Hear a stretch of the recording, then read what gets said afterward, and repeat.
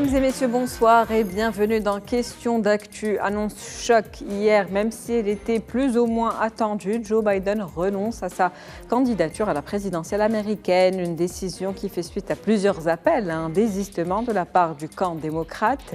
Joe Biden qui a annoncé apporter son soutien à la candidature de sa vice-présidente Kamala Harris qu'il considère prête pour ce poste. La course à la présidentielle est relancée. Kamala Harris peut-elle faire consensus au sein du Parti démocrate? Qui sera le candidat démocrate qui sera face à Donald Trump en novembre prochain? Comment les élections de novembre vont impacter la géopolitique mondiale? On en parle ce soir avec M. Driss El-Aissaoui. Vous êtes analyste économique et politique. Bonsoir. Bonsoir, madame. Merci d'avoir accepté notre invitation. Je vous remercie. Avec nous également depuis Casablanca, Monsieur Adil Harichi, vous êtes doyen de l'Institut de sciences juridiques, politiques et sociales de Mondiapolis. Bonsoir. Bonsoir, Madame Khomeichi, et merci pour l'invitation. Merci de l'avoir accepté. Avec nous également, Monsieur Mohamed Badin Yetiwi, vous êtes professeur au Collège de défense à Abu Dhabi. Bonsoir. Bonsoir Madame et merci pour cette invitation. Merci de l'avoir accepté. Alors, nous allons parler de cette annonce donc choc qui était plus ou moins attendue, mais on ne s'attendait pas en tout cas à ce qu'elle soit annoncée hier. Qu'est-ce qui a poussé M. El-Aissaoui, Joe Biden, à se retirer pour les prochaines élections? Et est-ce que c'est le dernier débat avec face à Donald Trump en juin? Est-ce que c'est le Covid? Est-ce que c'est l'attaque contre Donald Trump dernièrement? Ou encore la pression grandissante au niveau de son camp démocrate? Les raisons sont multiples, sincèrement. D'abord, il y a la situation physique de M. Joe Biden qui, depuis un certain moment, a accusé beaucoup de défaillances au niveau du comportement. Et c'est quelque chose qui lui a apporté beaucoup de préjudice. Ça a même donné à son rival Donald Trump la possibilité de lui tirer dessus, de dire que c'est un candidat inacceptable, incapable de soutenir la concurrence, etc., etc. Et il a fallu attendre. Maintenant, il reste pratiquement 4 à 5 mois de l'échéance elle-même, de la fin du mandat de M. Joe Biden au niveau de la présidence des États-Unis. Et maintenant, il l'annonce en disant que j'ai un candidat, et en fait une candidate, Kamala Harris, qui a été sa colistière et qu'il connaît bien, et c'est une femme qui a une grande capacité. Maintenant, toutes les questions resteront posées. Est-ce que Mme Kamala Harris aura la possibilité de pouvoir avancer, de pouvoir aller très loin, de faire des choses qui seront acceptées? Ça, ce sont des questions qui resteront posées.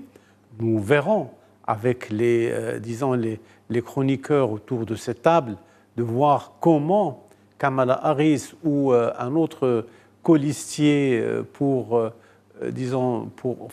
autre candidat pour les démocrates, est-ce qu'ils vont réussir à avoir la personne qu'il faut? Parce que ne l'oubliez pas, au sein des partis politiques américains, il y a une guerre intestine très grave et très violente qui se passe à chaque fois qu'on veut préparer un candidat à la présidence. Et cette fois-ci, je pense que la règle sera respectée et que finalement, je pense que M. Donald Trump aura toutes les chances de pouvoir faire exactement ce qu'il sait faire, et lui a donné un certain nombre d'engagements qui me semblent être véritablement des engagements réels, des engagements qu'il va très certainement respecter par rapport à l'Ukraine, par rapport à Israël, par rapport à la Corée du Nord, par rapport à la Russie elle-même, etc. C'est quelqu'un qui est capable de prendre des décisions si jamais il passe le cap de la présidence et il est véritablement un deuxième mandat, et ça va lui faire plaisir, un deuxième mandat à la tête de la République américaine. On va en parler tout à l'heure de ce scénario, mais là, on va rester sur justement cette annonce de Joe Biden avec vous, Monsieur Mohamed Badine Liatioui. Que peut-on dire de ce timing? Est-ce que Joe Biden a trop tardé?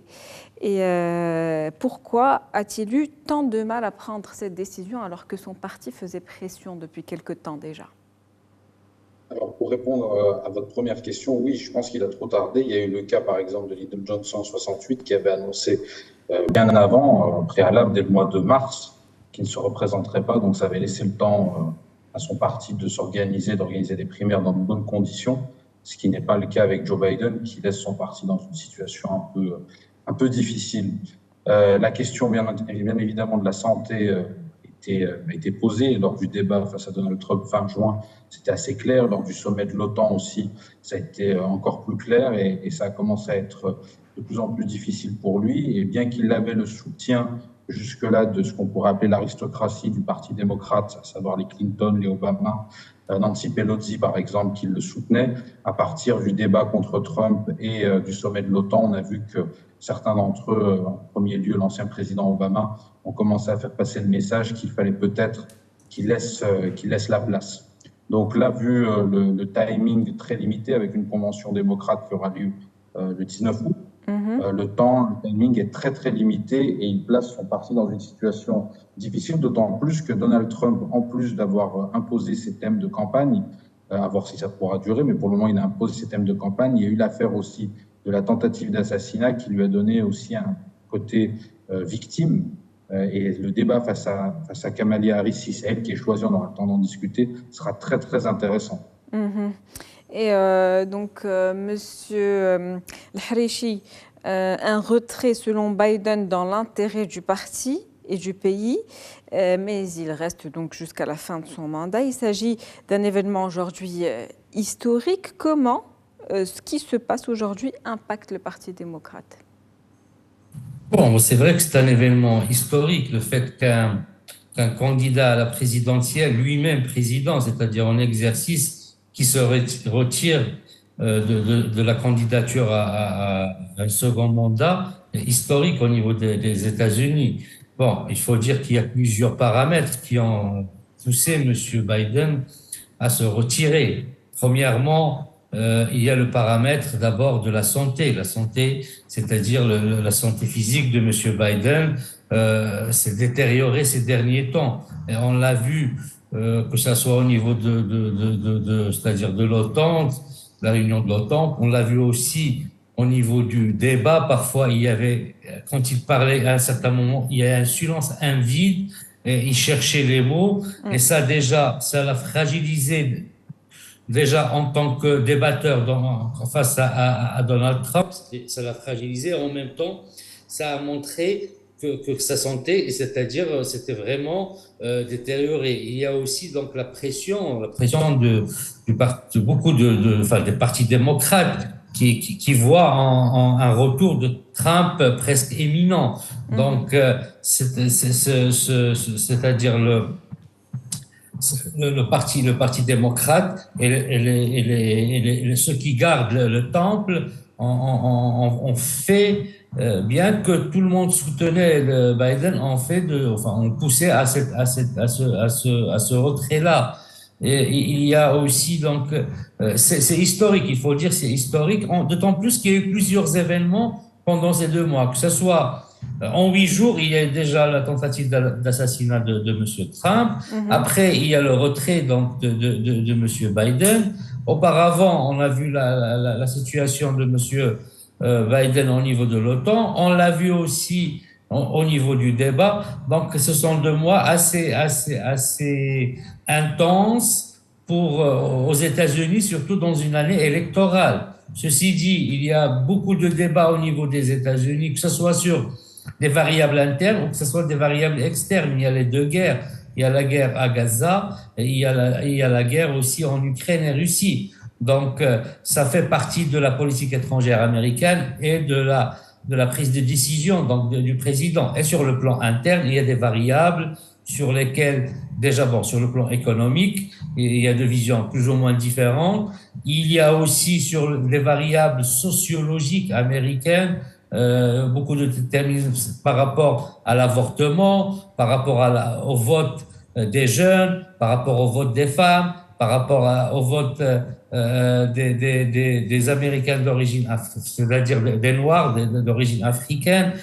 Tout cela fait que il y a tellement de variables et tellement de paramètres pendant ces 2 mois, et la fragilité de M. Biden a poussé, surtout au niveau des sondages, a poussé, je pense, les gardiens du temple démocrate à pousser M. Biden à désister, bien sûr, tout en appuyant cette fois-ci sa colistière, Madame Kamala Harris, comme j'ai entendu comment il fallait l'appeler, bon, Kamala Harris. Ça nous donne, ça donne quand même beaucoup de piment à ces élections américaines, parce que une fois Trump est plus ou moins sorti gagnant du débat, maintenant sur les variables sur lesquelles il va avoir Madame, si elle est bien sûr investie par le Parti démocrate, Madame Kamala Harris, les variables vont changer. C'est pas les mêmes variables sur lesquelles il allait débattre avec Biden, surtout l'avortement. Et là, on voit que Kamala Harris, si elle est investie, va avoir une partie de l'électorat peut-être en sa faveur par rapport à la question de l'avortement, qui est une variable très importante, enfin, l'une des variables les plus importantes dans les variables qui déterminent le choix, je dirais, des électeurs qui sont hésitants. Mais les électeurs qui choisissent démocrates ou républicains, ceux-là, ils vont voter pour leur parti. Vous l'avez dit, 2 mois intenses, plusieurs raisons qui ont poussé Joe Biden en tout cas à ce retrait. Rien n'est encore joué, il y a encore plusieurs variables, les critères sur lesquels vont reposer donc les prochaines décisions et les votes futurs qui vont arriver. Donc je reviens vers vous, Monsieur Laïsaoui. On a parlé de plusieurs pressions justement extérieures qui ont été exercées. Il y a également celle des donateurs qui ont fait pression justement. Qu'est-ce que vous pouvez nous dire sur le rôle qu'ils ont joué dans cette campagne présidentielle et dans ce retrait de Joe Biden? Je pense que c'est quelque chose de fondamental, parce que le système américain, il est basé sur quoi? Sur ce qu'on appelle le fundraising. C'est la capacité de chaque candidat, de chaque parti politique à lever des fonds. Et c'est même préconisé par la loi, c'est encadré par toutes les lois américaines. Et de toutes les manières, par exemple, quand il y a eu cet accident disons, on a voulu assassiner M. Trump, juste après, ils ont commencé à demander des fonds et à lever des fonds pour le candidat Donald Trump, qui est un homme immensément riche, mais il a besoin de l'argent des citoyens pour pouvoir faire ses campagnes d'information, de communication, etc. D'ailleurs, on l'avait vu avec l'ex-président américain qui a fait quand même 2 mandats. Et c'est la capacité de chaque candidat à pouvoir parler aux électeurs américains. Et je pense que Donald Trump, il a aujourd'hui cette capacité à parler au cœur des Américains. Il exprime leurs craintes, leur appréhension. Et il exprime aussi ce rêve. We are going to make it great again. Donc Make America great again. Absolument. Donc ce slogan va revenir. D'ailleurs, il est même imprimé sur les casquettes, sur les t-shirts, etc. Aujourd'hui, je pense que Donald Trump, c'est un homme qui a réussi, qui va très certainement pouvoir revenir à la charge. Mais aujourd'hui, avec Kamala Harris, tout peut encore changer. D'ailleurs, en parlant de ces donations et justement et de ces fonds, aujourd'hui, dès qu'il y a eu cette annonce avec Kamala Harris qui a été proposée, on parle d'à peu près 47 millions de dollars de dons, donc en seulement quelques heures après cette annonce. Et c'est l'une des collectes les plus importantes depuis le début de la présidentielle. Du coup, rien n'est encore joué. Non, rien n'est encore joué. Les 2 candidats semblent communiquer très bien avec le public. Non, mais c'est-à-dire que Kamala Harris, c'est une femme qui a une grande réputation. Elle est bien connue au niveau de son pays. Les démocrates l'admirent, ils l'apprécient. Maintenant, il y avait M. Joe Biden qui avait des problèmes. Et tous ceux qui comptent au niveau des États-Unis ont pesé de tout leur poids pour demander à Joe Biden de renoncer à cette candidature. Et finalement, il l'a fait. Et c'est vrai, comme le disent les chroniqueurs, c'est historique. C'est la première fois dans l'histoire américaine qu'un président en cours qui est en train de vouloir se faire réélire pour un deuxième mandat abandonne. Alors cet abandon, il va rester historique et c'est un point d'inflexion dans la politique américaine à travers lequel il faudra lire tous les événements qui vont venir après. Tout ce que dira Kamala Harris sera lu, jaugé à travers cet événement, à travers cette ligne de démarcation qui va rester dans l'histoire américaine. Un événement donc historique. Monsieur Lietzoui, on va revenir donc sur cette proposition du président Joe Biden, celle de Kamala Harris. Est-ce que Kamala Harris est aujourd'hui la voie la plus sûre pour gagner l'élection présidentielle et comment cette proposition a été accueillie par les démocrates? Est-ce qu'elle fait unanimité aujourd'hui? Alors pour les démocrates, il y avait plusieurs questions. Il y avait la question du financement. Le financement de la campagne. Et il fallait bien évidemment qu'il y ait le soutien d'une majorité de délégués. Ces délégués qui avaient choisi Biden, bien évidemment. Donc ça, c'est une première chose. L'autre élément important qu'il faut aussi prendre en compte, c'est l'élément de la personnalité de Kamala Harris. Kamala Harris a une position centrale au sein du Parti démocrate. Et chez les démocrates, elle n'est pas vue comme étant une gauchiste, loin de là. Elle est l'ancienne procureure dans sa vie professionnelle de l'État de Californie. Au contraire, les minorités, notamment latinos et blacks, lui ont souvent reproché de nombreuses condamnations envers ces communautés-là, sans avoir fait beaucoup, on va dire, de politique sociale. Ça peut lui être reproché par l'aile gauche du Parti démocrate. Et les républicains, eux, ne vont pas se gêner pour la critiquer sur sa gestion de l'immigration, puisqu'elle a eu très peu de dossiers à gérer sous Biden. D'ailleurs, c'est l'un des problèmes qu'elle a eu, c'est que Biden a centralisé autour de lui la plupart des dossiers les plus importants, sauf l'immigration, et notamment la frontière entre les États-Unis et le Mexique, qui est la frontière stratégique par excellence pour les États-Unis. Et cette frontière-là cristallise en fait toutes les tensions en termes d'immigration, notamment illégale, chez les républicains et chez les soutiens de Trump. Et c'est le dossier qu'elle a, on va dire, elle-même géré. Et ça va être quelque chose de très intéressant à suivre lors des débats et lors des confrontations et lors de cette nouvelle campagne qui s'ouvre jusqu'au mois de novembre entre elle, très certainement, et le président Trump. Maintenant, il y a d'autres candidats possibles, mais ça sera très difficile pour eux d'obtenir assez de délégués. On pense au gouverneur du Michigan, au gouverneur de Californie. Malheureusement pour eux, le temps va jouer contre eux. Ce qui risque de se passer, c'est qu'ils vont essayer très certainement de jouer le ticket, c'est-à-dire d'avoir le poste de vice-président et d'être sur un ticket avec Madame Harris. Ça, c'est ce qui est le plus fortement probable. Et d'autant plus que, comme je le disais tout à l'heure, l'aristocratie du Parti démocrate, les Obama, les Clinton et Nancy Pelosi, voulaient deux choses, que Joe Biden laisse la place et qu'il laisse la place à Madame Harris. Donc Kamala Harris qui semble aujourd'hui être la candidate, en tout cas démocrate naturelle, désignée naturellement. Monsieur El-Harichi, qui sera aujourd'hui le colistier de Kamala Harris, parmi les candidats en tout cas, qui semble avoir le gabarit en tout cas, pour être à ses côtés? En fait, pour l'instant, il n'y a pas encore de nom qui a été dévoilé. Plus ou moins, il y a, on va dire, il y a des rivaux pour la candidature. Il y avait plusieurs rivalités pour la candidature. Si Biden se retirait ou si Biden, il y avait une vacance de pouvoir. Maintenant qu'il s'est retiré lui-même, il a soutenu, donc il a proposé Madame Kamala Harris, qui semble réellement récolter beaucoup, je dirais, de soutien d'abord les Clinton, que ce soit Hillary et son mari.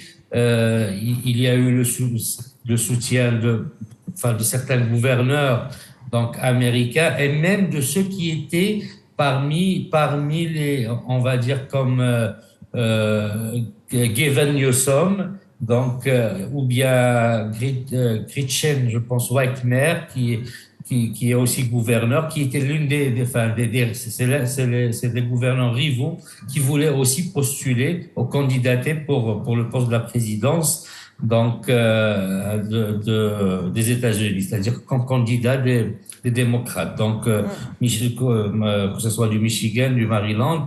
Maintenant, pour le colistier, cela dépendra est-ce que ça va être parmi ces gouverneurs qui ont soutenu, qui étaient dans la course, je dirais, de Madame Kamala Harris, ou bien il y a aussi Andy Béchard du Kentucky, il y a du Minnesota, je pense, Tim Walz. Ce sont des gouvernants qui ont soutenu, donc ça sera certainement peut-être l'un parmi eux, mais comme il y a beaucoup de surprises dans ces élections, on n'est pas encore sûr du nom de celui qui va être, ou de celle qui va être le colistier ou la colistière de Madame Kamala Harris. Ceci dit, comme vous l'avez dit tout à l'heure, pour la levée de fonds, l'un des avantages que Kamala Harris a, c'est entendre d'abord que colistière, il dispose des fonds qui ont déjà été récoltés. On parle de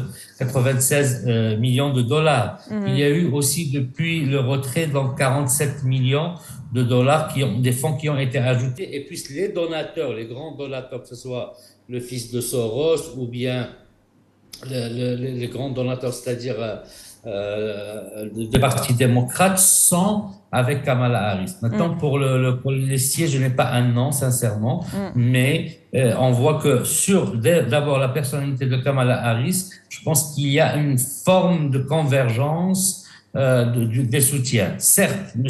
Obama ne s'est pas encore prononcé, mais pour l'instant, il n'y a aucune personnalité du Parti démocrate qui s'est prononcée contre la candidature de Madame Kamala Harris, qui doit récolter les 3788 voix des délégués le mois prochain, le mois d'août, pour être candidate officiellement à la présidentielle pour le Parti démocrate. Aucun nom en particulier qui ressort pour le moment. En tout cas, le choix du colistier de Kamala Harris, ce sera un choix stratégique qui risque de faire basculer cette campagne présidentielle. Et justement, Monsieur Laïsaoui, si les démocrates voulaient accélérer un petit peu le processus, est-ce que Kamala Harris peut être investie avant la convention démocrate prévue le 19 août? Je présume que oui. Si les démocrates souhaitent que Mme Kamala Harris, qui a aujourd'hui acquis de l'expérience, elle sait de quoi il en retourne, elle sait ce que c'est qu'être proche de la présidence, parce qu'elle-même, si jamais elle réussit, elle sera elle-même patronne de tout le pays. Et effectivement, des problématiques resteront posées pour elle. L'immigration, c'est une question fondamentale très grave, et qui va pouvoir casser, si vous voulez, l'homogénéité de ce parti politique. Mais est-ce que peut-être, avec tous les conseillers qu'elle peut s'offrir, avec tout le travail qui va être fait en coulisses, je pense que, d'abord, la question du colistier ou la colistière, c'est une question qui sera réglée dans les prochaines semaines. Ça, c'est clair. Et il y a beaucoup de candidats du côté démocrate qui vont pouvoir jouer ce rôle-là. Ils vont pouvoir le jouer. Pourquoi? Parce que les démocrates, c'est un parti qui a pu réussir beaucoup de choses.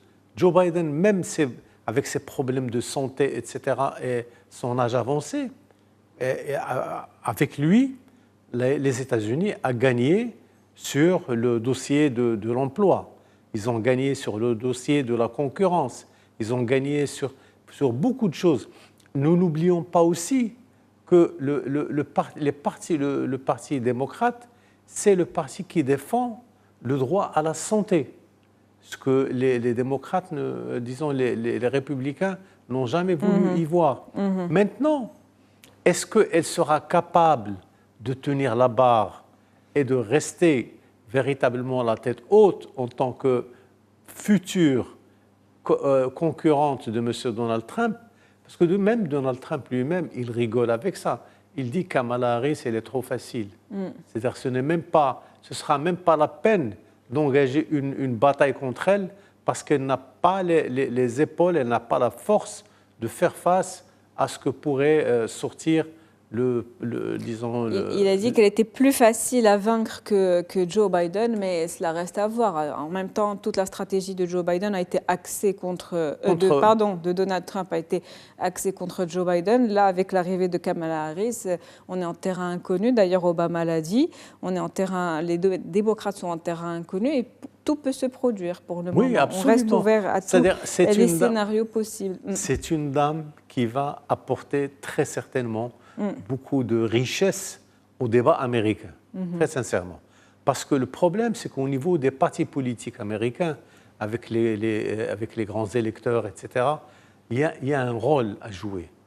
Et je pense que Kamala Harris a ce qu'il faut comme bagage pour pouvoir parler aux Américains noirs, pour parler aux Latino-Américains, pour parler à toute cette partie de la population américaine qui ne s'est pas vue toujours. Parce que, disons, avec le président Obama, ils se sont reconnus en lui et ils ont voté pour l'idéal qu'il a représenté. Il n'est pas dit aussi que les démocrates seront complètement différents ou complètement négatifs par rapport à ce que faisaient les républicains. Mais aujourd'hui, je pense qu'on est vraiment devant une équation qui sera très difficile à résoudre. Et Kamala Harris n'est pas la meilleure personne pour pouvoir résoudre ça. Ça, c'est mon point de vue personnel.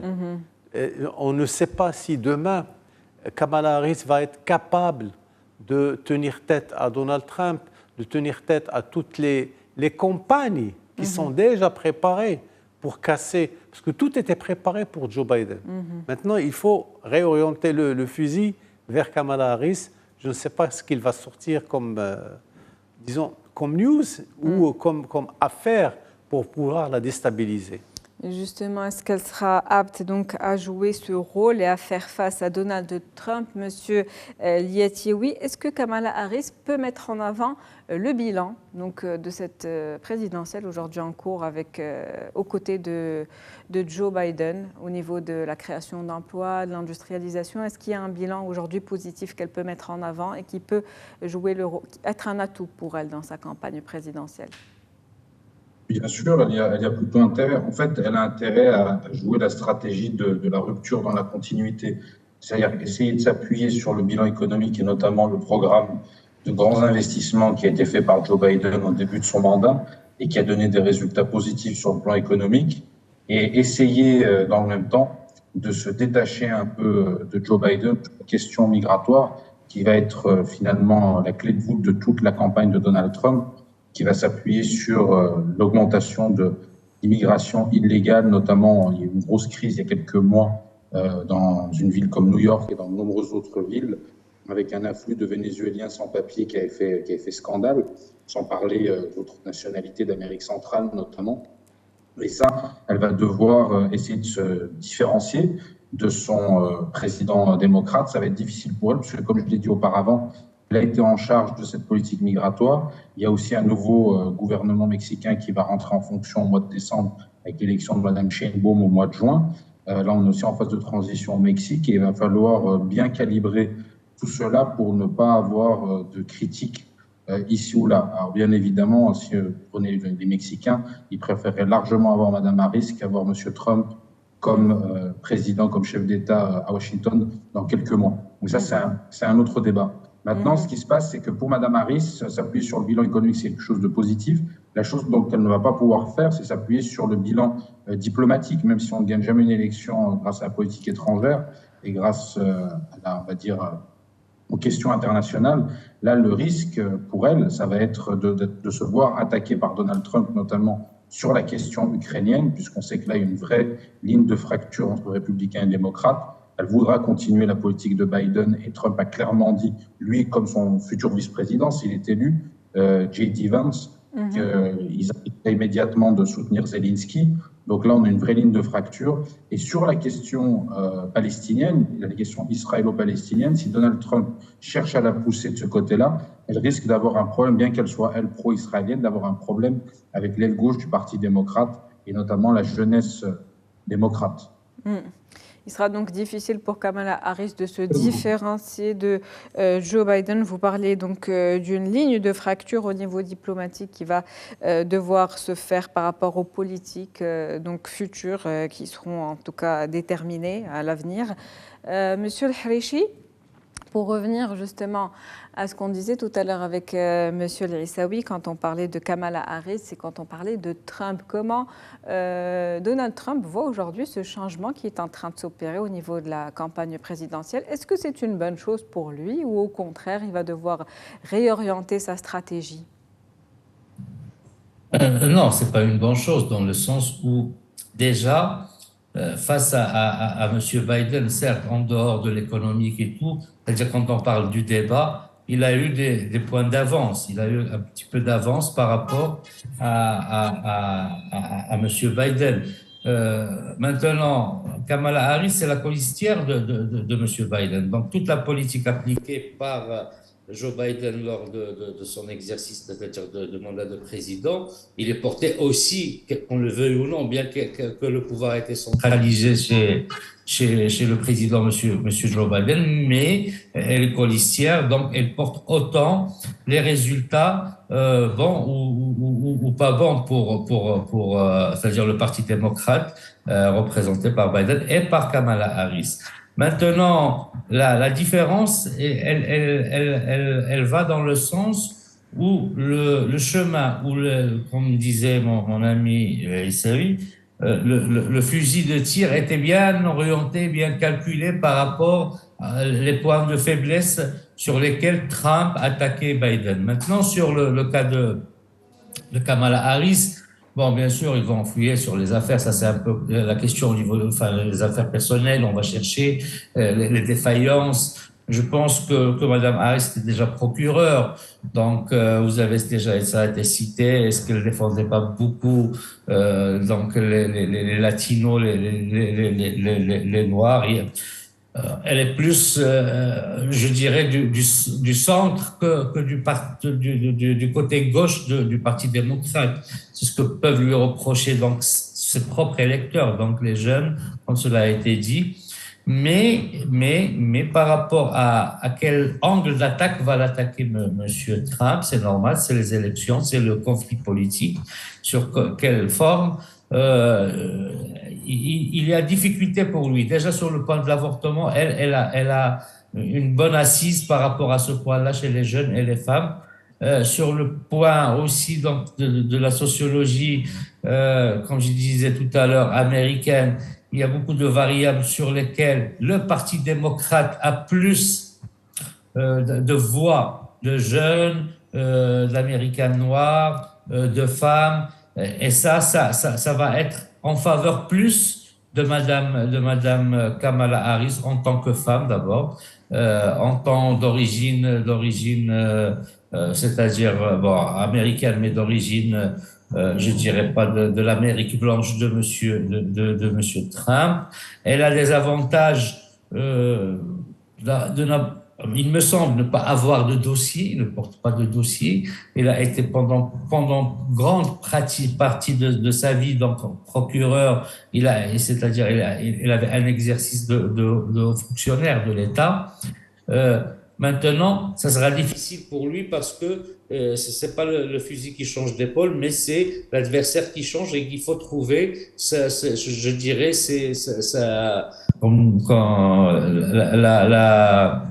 j'ai pas la cheville d'Achille, c'est-à-dire le point de faiblesse. Le talon d'Achille. Le talon d'Achille. Merci Madame Chichi de ce rappel. Effectivement, le talon d'Achille, il faut qu'il le trouve. Ça va pas être aussi facile parce que vraiment, il doit changer l'angle d'attaque. Maintenant, mais c'est tout le bonheur pour ceux qui analysent la vie politique américaine ou autre de voir comment le déterminisme électoral va se faire. Ceci dit, je reprends ce que j'ai dit au début. Les Américains, dans une grande partie chez eux, il y a les deux écoles, l'école de Michigan et l'école de Columbia qui disent qu'il y a un déterminisme électoral. Les gens pensent politiquement comme ils pensent socialement et le vote est un acte de foi. Il y a une forme d'appartenance soit au Parti démocrate, soit au Parti républicain. Maintenant, sur une catégorie, que ce soit des jeunes, que ce soit peut-être des femmes, que ce soit de ceux qui ont fait des études, c'est-à-dire poussées ou pas, ce sont ces catégories-là qui peuvent être hésitantes entre, je dirais, le choix selon les variables internes. Certes, la politique étrangère ne joue pas, mais il y a quand même deux questions très importantes. La position de M. Trump par rapport aux deux guerres et la position donc des démocrates par rapport aussi à ces deux guerres. Et donc, justement, la position de M. Trump par rapport à ces deux guerres, je vais rebondir par rapport à votre propos et vous me facilitez la transition avec M. Laïsaoui. Donald Trump qui promet de mettre fin à la guerre dès son élection. Est-ce que c'est quelque chose qui est possible? Il l'a déjà montré, par exemple pour l'Ukraine. C'est un président qui vous dit les États-Unis n'ont pas à payer pour les guerres des autres. Et très certainement, il va le faire. Et il a montré par le passé qu'il pouvait prendre ses décisions séance tenante, il le signe et il le montre aux médias du monde entier et des médias américains. Deuxièmement, c'est quelqu'un qui est extrêmement fragile en ce qui concerne la guerre entre Israël et le Hamas. Donc c'est quelqu'un qui vous dit nous n'avons pas à dépenser d'argent. C'est ce que demandent disons, les Israéliens. Ils demandent que les Américains leur donnent plus de moyens, plus d'armes, etc. Sachant pertinemment que sur l'économie de la guerre est véritablement le meilleur soutien que l'on peut avoir pour une économie, c'est d'avoir une économie de guerre forte. Et lui ne joue pas de cette manière. Et c'est aussi quelqu'un qui n'a aucun complexe à aller parler avec Vladimir Poutine pour lui dire « vous avez des problèmes, nous on a des solutions ». Et il est capable aussi d'aller avoir un débat, une discussion très sérieuse avec le président de la Corée du Nord. C'est quelqu'un qui l'a déjà fait. Alors imaginez que ce monsieur puisse arriver au pouvoir. Donc je pense que c'est quelqu'un qui a des choses à dire, il a des choses à apporter. Il n'est pas totalement blanc, je ne vote pas pour lui, mais je sais que c'est quelqu'un qui a beaucoup de moyens. Et avec Joe Biden, il était sûr de gagner. Il a préparé toute sa stratégie contre M. Biden.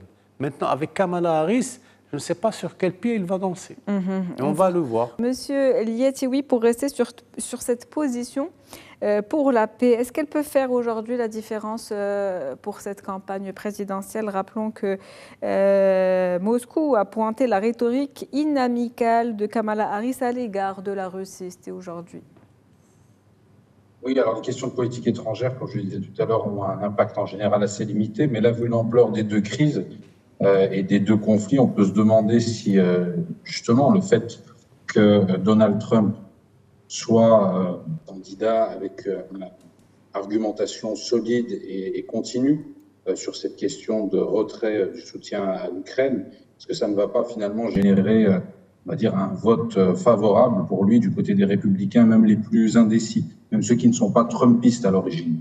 Donc ça, c'est quelque chose d'important, parce que c'est une question à la fois géopolitique et à la fois financière pour les républicains. C'est-à-dire que les républicains ne souhaitent pas financer des conflits d'autres États et considèrent qu'avec cet argent, ils pourraient faire d'autres choses, aux États-Unis notamment. Et puis, il y a une question géopolitique aussi de laisser un peu les Européens se débrouiller tout seuls et ne pas continuer à subventionner via l'OTAN l'ensemble du système de sécurité européen, c'est-à-dire occidental. Ça, c'est une chose. Sur la question du conflit au Proche-Orient, il y a une question un peu différente, puisque Trump est pro-israélien, ça on sait. Il a longtemps été un soutien de Benjamin Netanyahou, même si sur la fin de son mandat, ça s'était un peu tendu avec le Premier ministre israélien. Mais malgré tout, il est celui qui est notamment choisi de transférer l'ambassade américaine de Tel Aviv à Jérusalem. Donc, il est un soutien affirmé. Le problème sera plus, comme je le disais, pour les démocrates, puisqu'il y a une vraie fracture et Biden, on a fait les frais. Et ce qui guette finalement Kamala Harris, un peu comme ce qui guettait Joe Biden jusqu'à son retrait hier, c'était une abstention d'une partie de la jeunesse, et notamment de la jeunesse qui est, on va dire, très instruite, qui est dans le monde universitaire, mais aussi des minorités.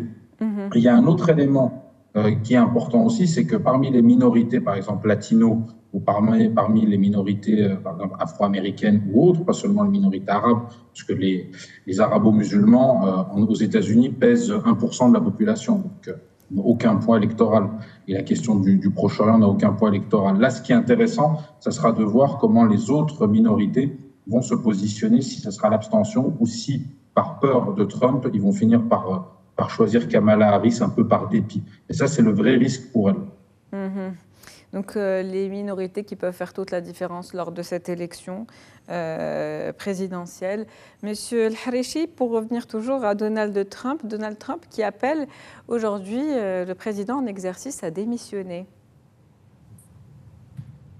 Ben oui, pourquoi pas, puisque en fait c'est un jeu électoral. Le conflit politique et le jeu politique, il tourne autour d'une, je dirais, c'est des adversaires, c'est pas des ennemis, mais il faut aller jusqu'au bout pour déstabiliser l'adversaire. Quand il demande à Monsieur Biden de démissionner à 5 mois de la fin de son mandat, ça veut dire, tout à l'heure j'ai parlé de vacances de pouvoir, c'est comme s'il voulait dire qu'il y avait une certaine vacance de pouvoir au niveau des États-Unis. Et voilà, celle qui était la colistière, est-ce qu'elle a vraiment bien porté le sort des Américains? Donc, c'est peut-être un angle d'attaque par rapport à Madame Kamala Harris. Donc, c'est un jeu. En fait, c'est un jeu politique. Et le fait de demander au président de démissionner, bon, il est à 4 ou 5 mois. Je pense que cela ne va pas se faire. Bon, on ne sait pas ce qui peut arriver dans ces 4 ou 5 mois, mais c'est une manière de jouer encore le jeu politique et de montrer, parce qu'il faut dire que le pouvoir, il tourne autour de deux choses, autour de la force.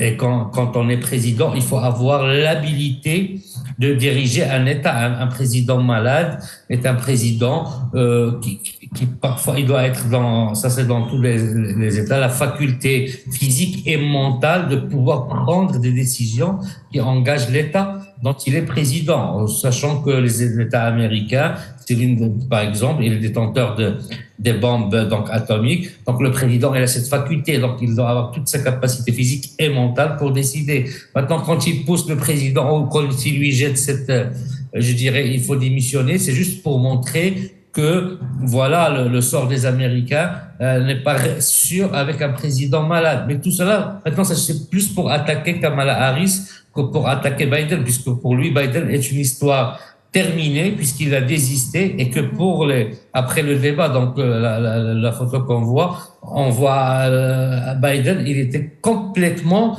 je dirais, à un certain moment, il avait un moment de vide lors de ce débat. Et c'est ces moments de vide qui ont fragilisé, donc peut-être qui ont même poussé Biden a désisté et qui ont poussé les gardiens du temple démocrate à pousser Biden à démissionner parce que pour eux la victoire était assurée pour Trump avec l'état de santé de Biden. Maintenant voilà, c'est dans le jeu politique, voilà, il lui lance cette pique là, mais en même temps c'est pour toucher Kamala Harris étant donné qu'il était sa colistière et que le président, celui qui devrait porter le pouvoir, était affaibli et il avait des problèmes donc de physique, de santé. Et à mon sens, ça rentre dans le nouveau jeu politique des élections pour maintenant s'adresser à Kamala Harris par le biais du président. Un jeu donc politique. On arrive déjà au terme de cette émission. Un dernier mot, Monsieur El-Rissaoui, sur les projections d'ici novembre, justement. Je pense que les choses vont continuer à aller selon un rythme bien ordonné. Bien entendu, M. Donald Trump va continuer ses attaques contre les démocrates. Il va pousser le bouchon là où il peut le faire, le plus loin possible, avec tout ce qu'il a amené comme proposition future. Il veut absolument faire la différence avec ça. Ça, on le suivra, on va voir comment il va le faire. Mais c'est un homme qui est extrêmement difficile à gérer, de par même sa personnalité, son histoire, mais aujourd'hui, il est aimé par une bonne partie des Américains. C'est ça ce qui est extraordinaire. C'est que malgré ses frasques ici et là, c'est quelqu'un qu'on aime parce qu'il est lui-même, parce qu'il veut faire des choses, et pour faire des choses, ils le feront avec lui. Un dernier mot, Monsieur Liassioui, en moins d'une trentaine de secondes pour vous donner l'occasion aussi de donner un dernier message.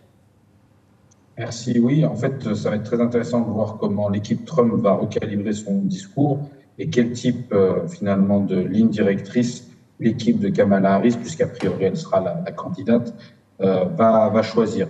Donc ça nous donne, je pense, des débats à venir très intéressants et une société américaine qui va être encore plus fracturée qu'avec le duel Trump-Biden. Merci à vous, Monsieur Mohamed Badine Liassioui. Je rappelle que vous êtes professeur au Collège de défense à Abu Dhabi. Merci à vous également, Monsieur Ali El-Harechi. Vous êtes doyen de l'Institut de sciences juridiques, politiques et sociales à Mondiapolis. C'est un plaisir de vous avoir avec nous. Et puis, merci à vous, Monsieur L'Issaoui, Driss L'Issaoui. Un plaisir renouvelé de vous recevoir sur ce plateau. Vous êtes analyste politique et économique. On va attendre novembre prochain pour voir ce qui va donc se passer. Mais l'élection risque de rester très mouvementée, en tout cas pour les prochaines semaines. Merci à vous pour votre fidélité. Très bonne soirée.